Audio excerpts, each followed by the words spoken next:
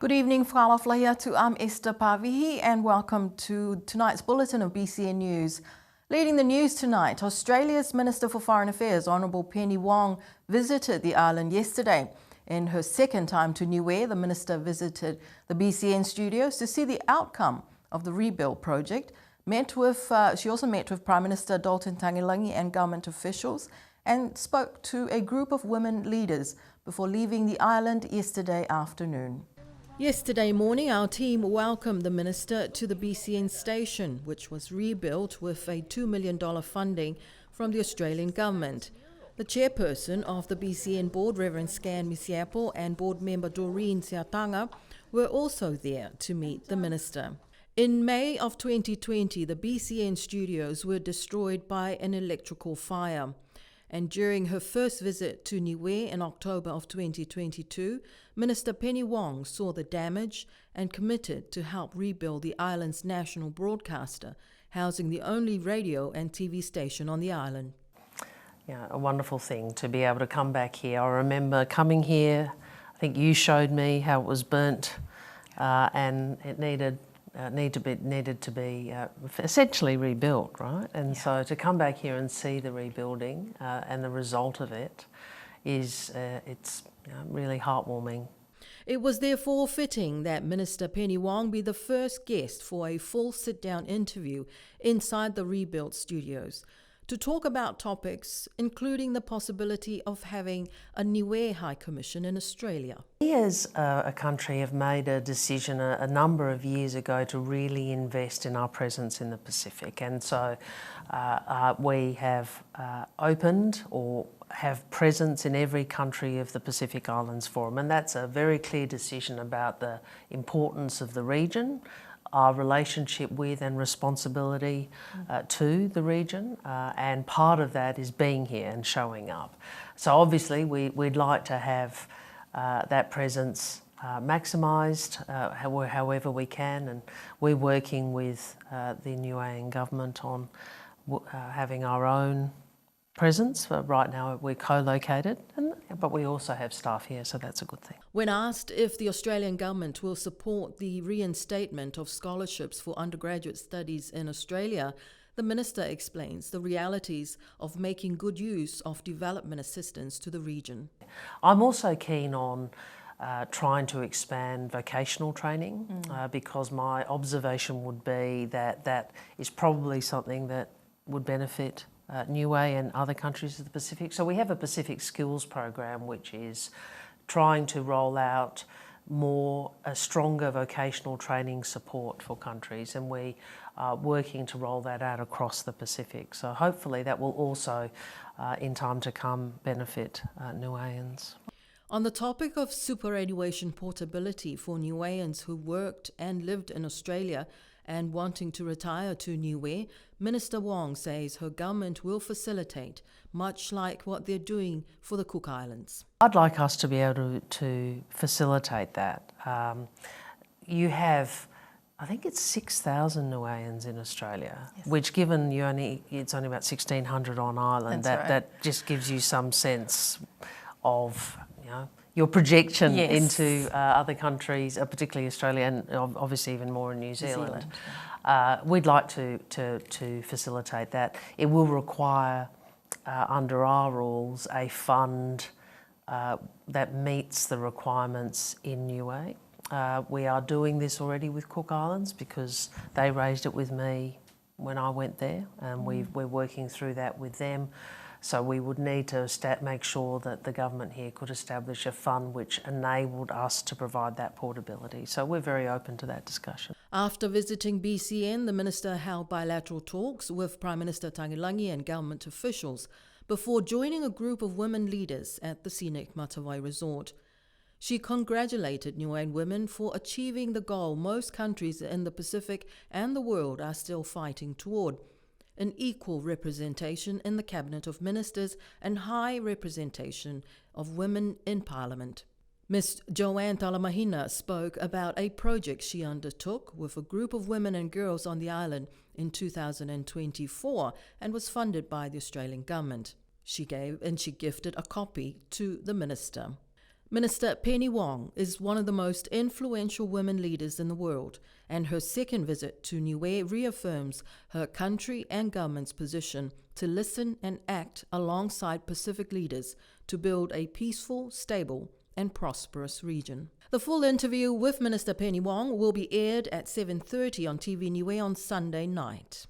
A company called Starlink Internet Services Singapore is applying for a business license to operate as an internet services provider on the island. BCN News was made aware after a notice from the licensor of businesses announcing the application by Starlink Internet Services Singapore was aired on Radio Sunshine, which is due process for all business license applications in Niue. Here's the story. Despite the government's decision in May 2024 calling on SpaceX and Starlink to put a block on users in Niue, the government is aware of about 40 or 50 Starlink units being used in Niue. BCN News understands that these units are registered in New Zealand, bought in New Zealand, and are easily transported to the island and used as roaming units.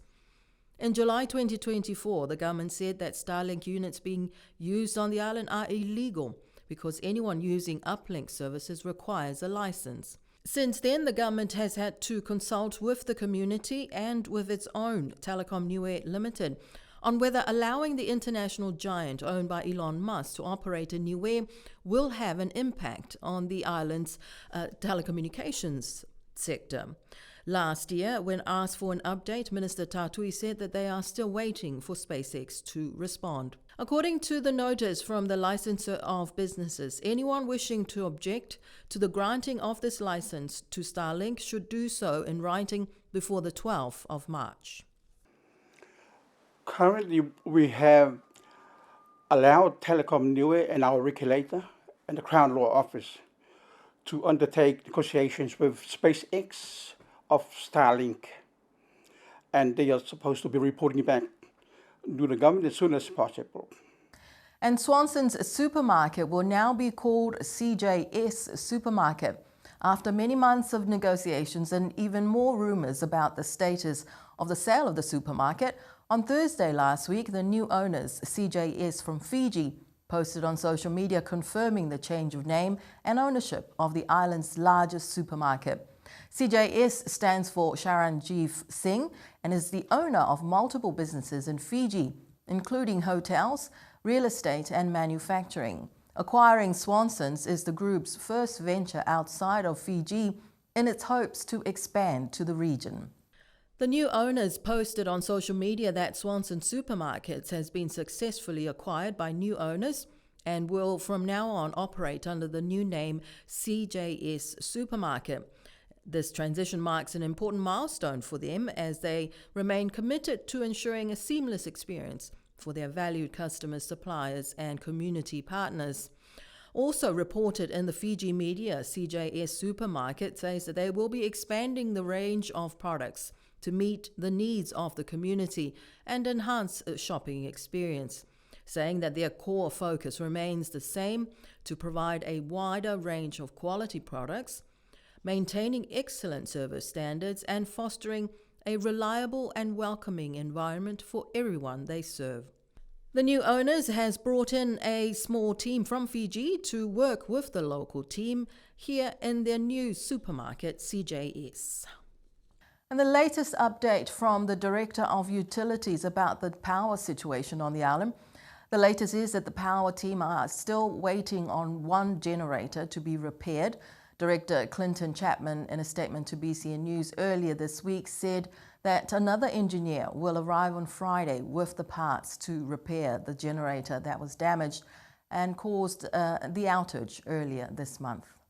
Clinton Chapman says that an engineer is also expected to arrive to restore the battery energy storage system, widely known as BESS, which remains offline at this time. Engineers from Tesla are also expected to arrive over the next few weeks.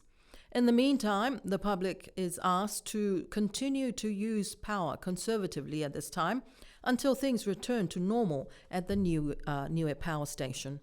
Waters around the island are very warm at this time, with temperatures up to 30 degrees Celsius, according to the Niue Met Services.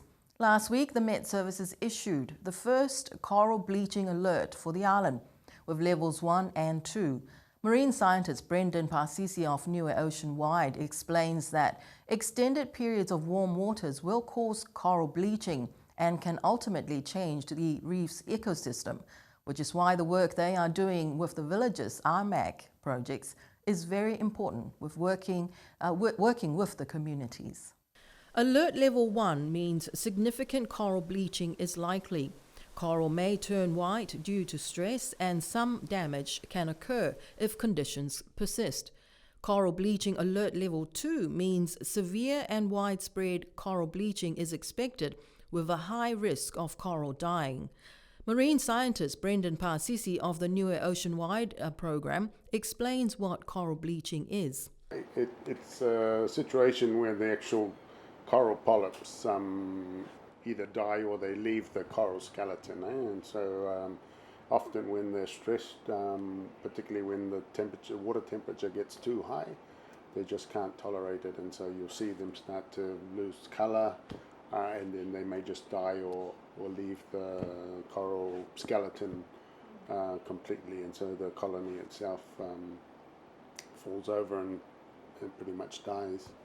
Brendan Parsisi says that coral bleaching is not a new phenomenon, but it is happening more often now with increasingly warmer waters.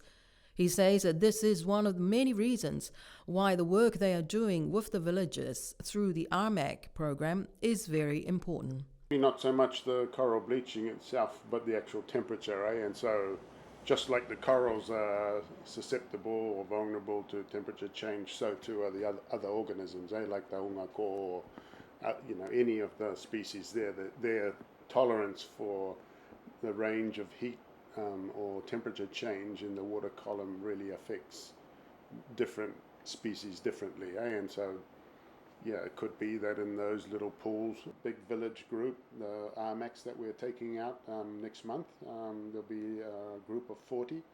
We'll go on a learning exchange to New Zealand. This is what we'll be looking into, some of what New Zealand's examples, successes that they've had in managing their coastal areas, islands for invasive species and other things, where they've had to put limits in place or close certain areas, and just so that our people can learn with their own eyes as well, not just how effective it is, but also hear about the sacrifice that has to be made. The largest concentration of Niueans abroad in Auckland will be meeting at the Holonga Niue Cultural Festival this weekend to showcase their cultural performances through dance and songs. Organised by the Hakupuatua Trust and with support from Creative New Zealand, this event aims to bring together descendants of Niue living in New Zealand, from the young to the tupunas, to reconnect with their roots through the learning and performance of songs and dances in Wangahau Niue, and of course representing their respective villages. We acknowledge 3 Star Nation for the clips used in this story and wish all the performers and organisers all the very best for the Holonga Niue Cultural Festival, which will be held at Trust Arena in Henderson, West Auckland tomorrow. And that is our news bulletin for today. Do join us again on Tuesday next week for BCN News in Wangahau Niue. But until then, from all of us in the team, Monui Nepo, good night.